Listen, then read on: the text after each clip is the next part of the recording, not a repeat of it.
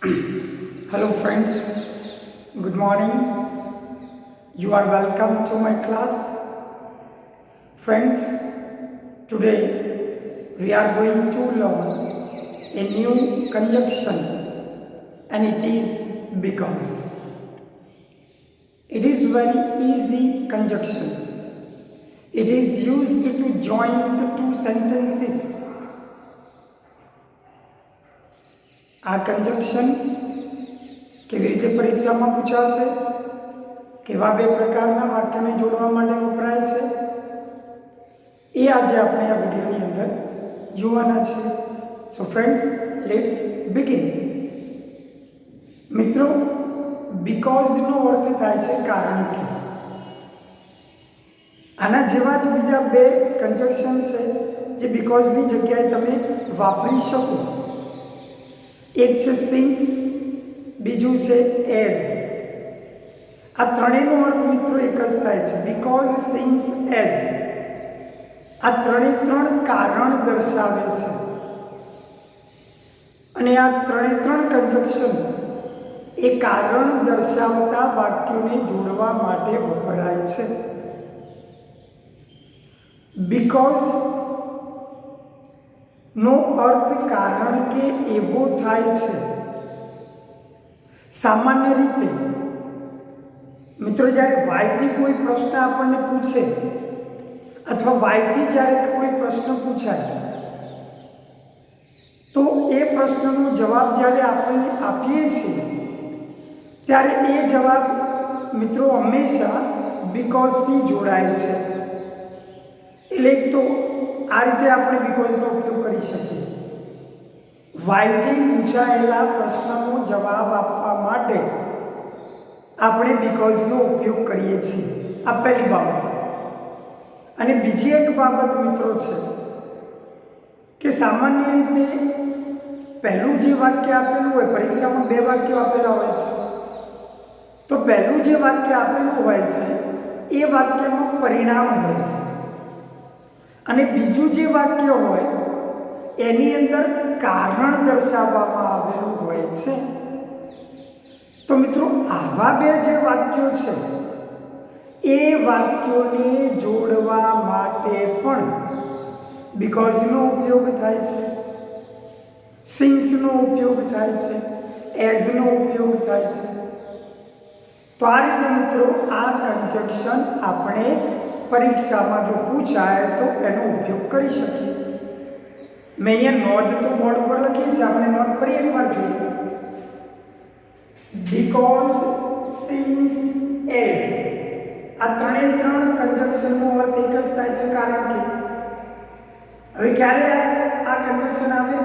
જો નોંધ લખી છે મિત્રો, સામાન્ય રીતે વાયથી પૂછાયેલા પ્રશ્નના જવાબમાં બીકોઝથી વાક્ય જોડાય છે. મેં હમણાં કહ્યું પ્રમાણે કે વાયથી જ્યારે કોઈ પ્રશ્ન પૂછાય એટલે જવાબ આપણે જ્યારે લખીએ તો એ જવાબ હંમેશા બીકોઝથી જોડાય છે.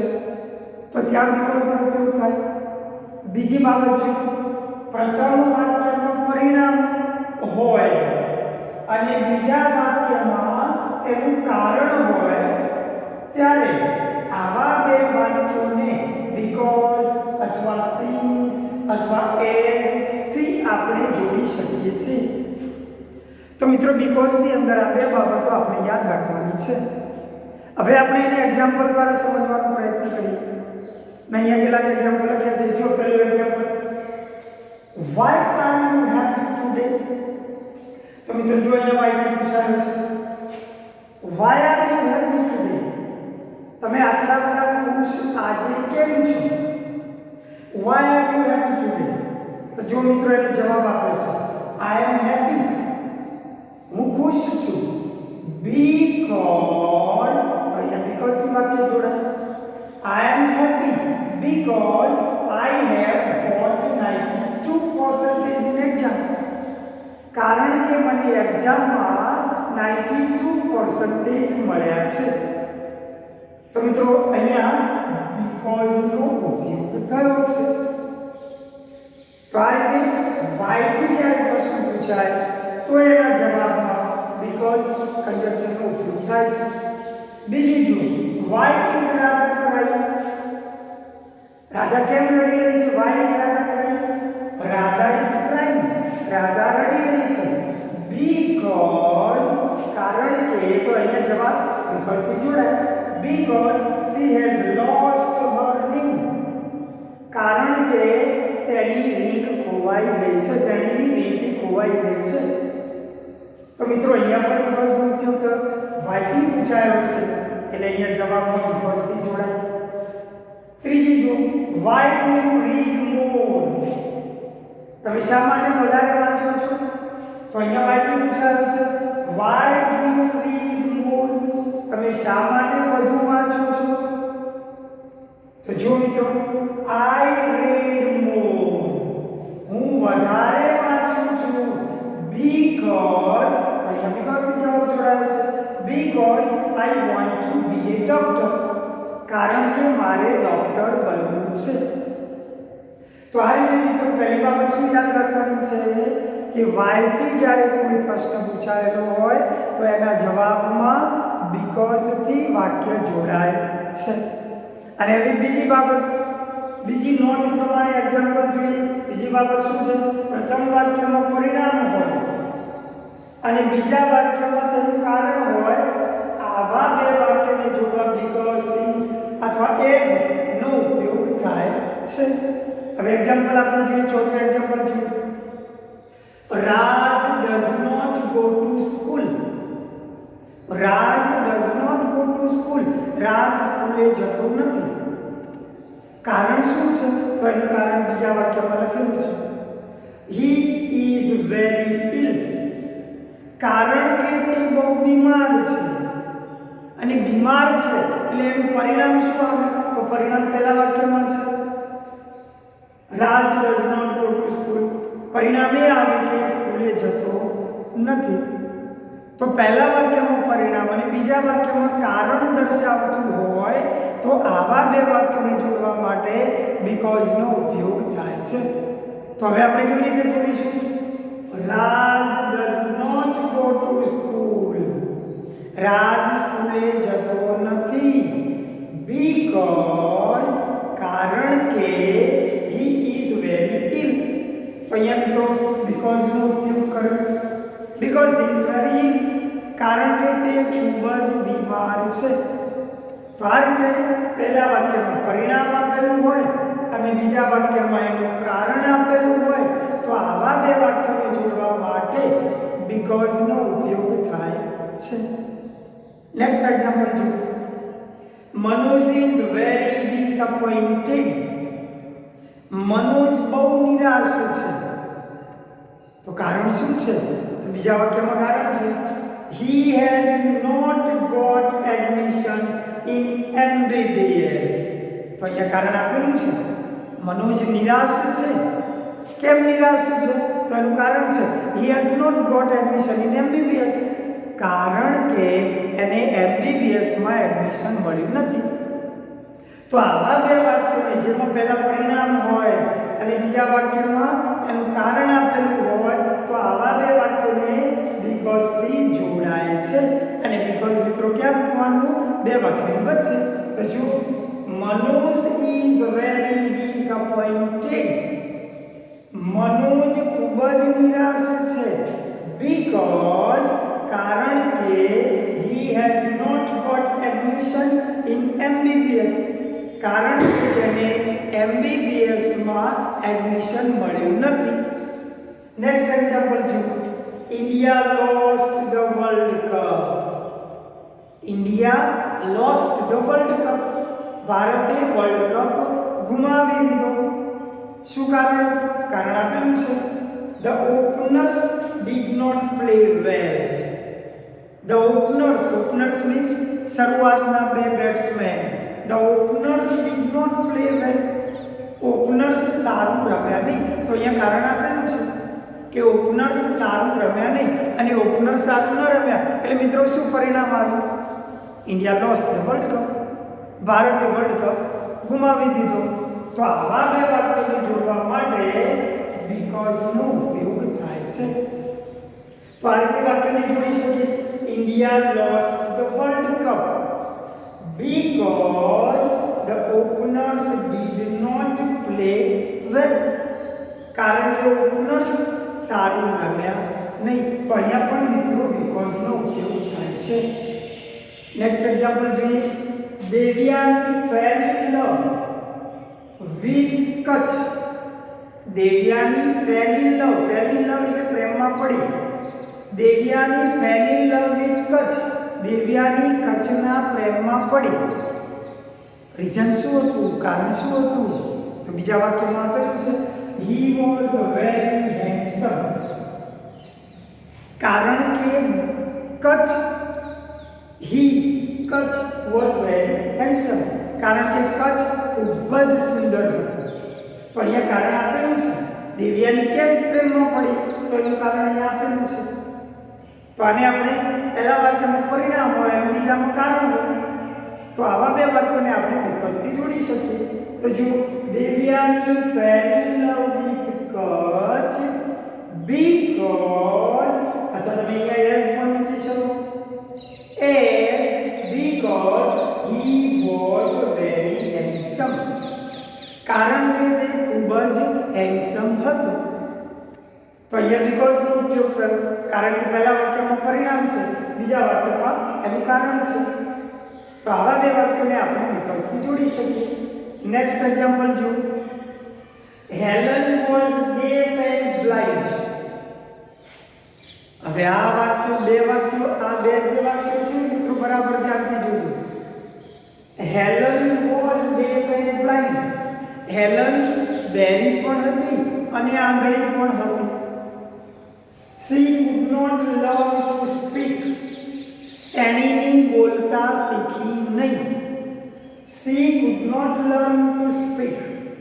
હવે આ બે વાક્યો મિત્રો ધ્યાનથી જુઓ.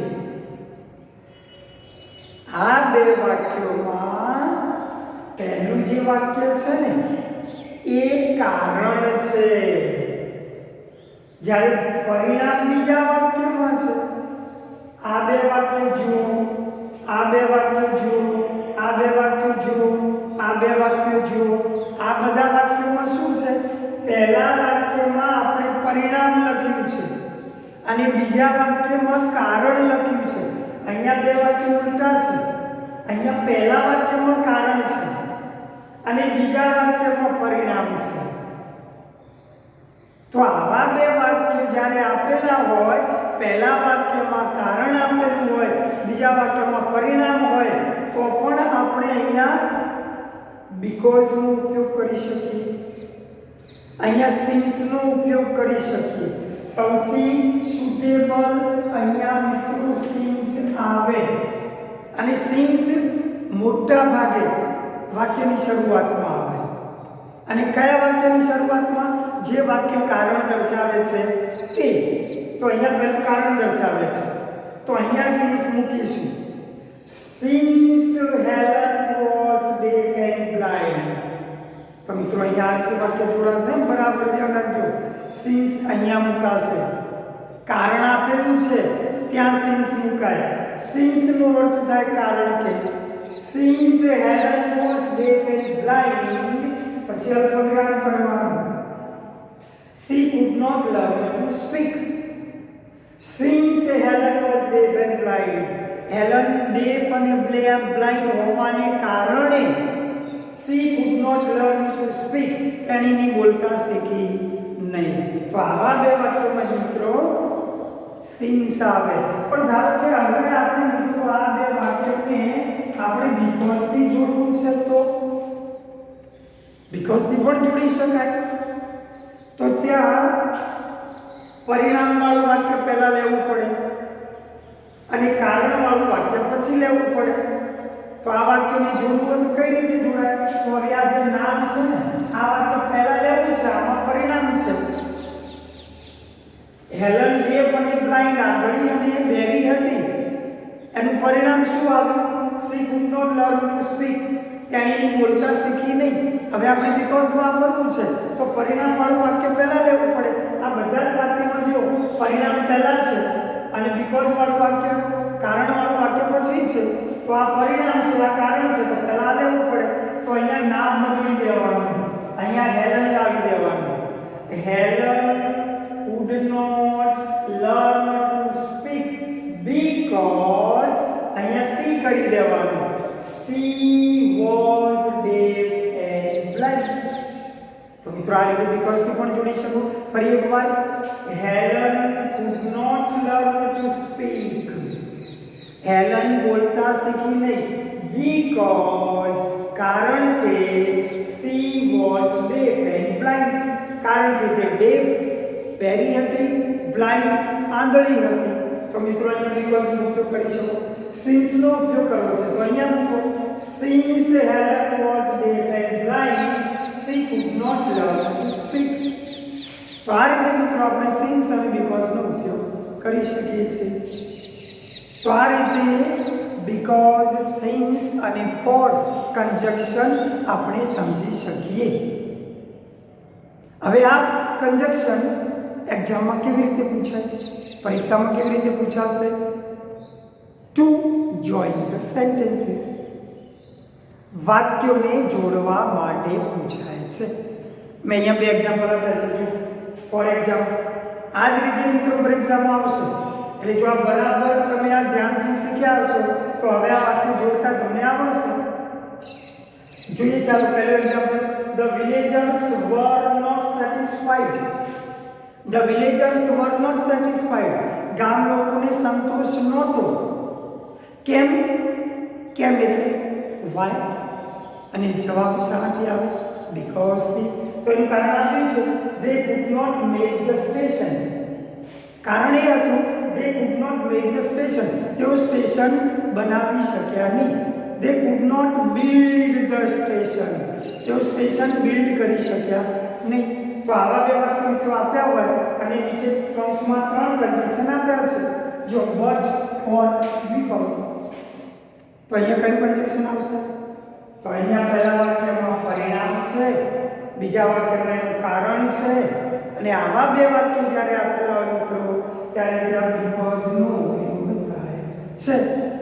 હવે because ક્યાં મૂકવાનું? બે વાક્યોની વચ્ચે. તો કેવી રીતે જોડીશું?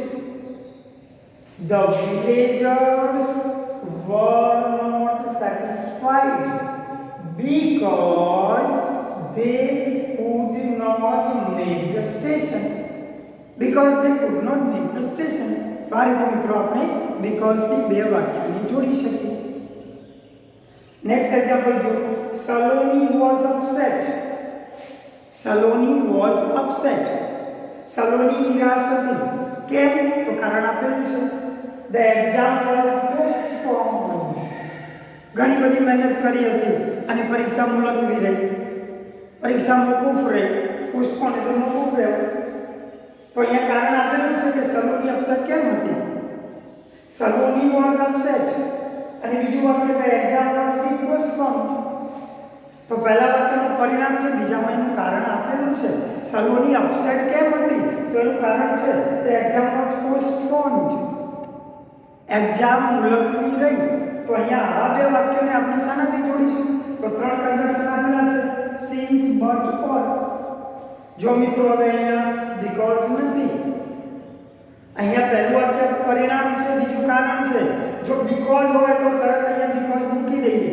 Saloni was upset because the exam was postponed. પણ અહીંયા because નથી આપ્યું, અહીંયા since આપ્યું છે. અને મેં હમણાં તમને અહીંયા since વાળું વાક્ય સમજાવ્યું, બરાબર? અહીંયા since વાળું વાક્ય સમજાવ્યું કે since હંમેશા મોટા ભાગે વાક્યની શરૂઆતમાં આવે અને since ની સાથે હંમેશા કારણ હોય. તો અહીંયા since ની સાથે કારણ કયું છે? since ની સાથે પરિણામ હોય. since ની સાથે કારણ આપેલું હોય. Since the exam was postponed. Since અહીંયા since શું? તો બીજું વાક્ય પહેલા લઈશું. જો because થી જોડવાનું હોય તો માત્ર because મૂકી દો. Saloni was upset. Saloni નિરાશ હતી because the exam was postponed. પણ જ્યારે since વાપરો છો ત્યારે since વાક્યની શરૂઆતમાં આવે અને કારણ એની સાથે રાખવાનું. Since the exam was postponed. postponed. કારણ કે એક્ઝામ મુલતવી રહી હતી, પરિણામ શું આવ્યું?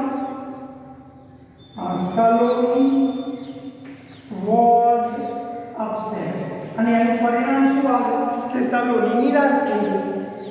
તો મિત્રો આ રીતે પરીક્ષાની અંદર આ કન્જક્શન એટલે કે બીકોઝ, સિન્સ અને એઝ નો ઉપયોગ થાય છે, અને આ રીતે પરીક્ષાની અંદર પૂછાય છે. તો મિત્રો અહીંયા કન્જક્શન પૂરું થાય છે ને easy? It is very very easy. Try to watch the video again and again so you can get the idea, you can understand it well. Friends, I request you, if you like my video, please subscribe it, share it and press the bell icon. Thank you very much.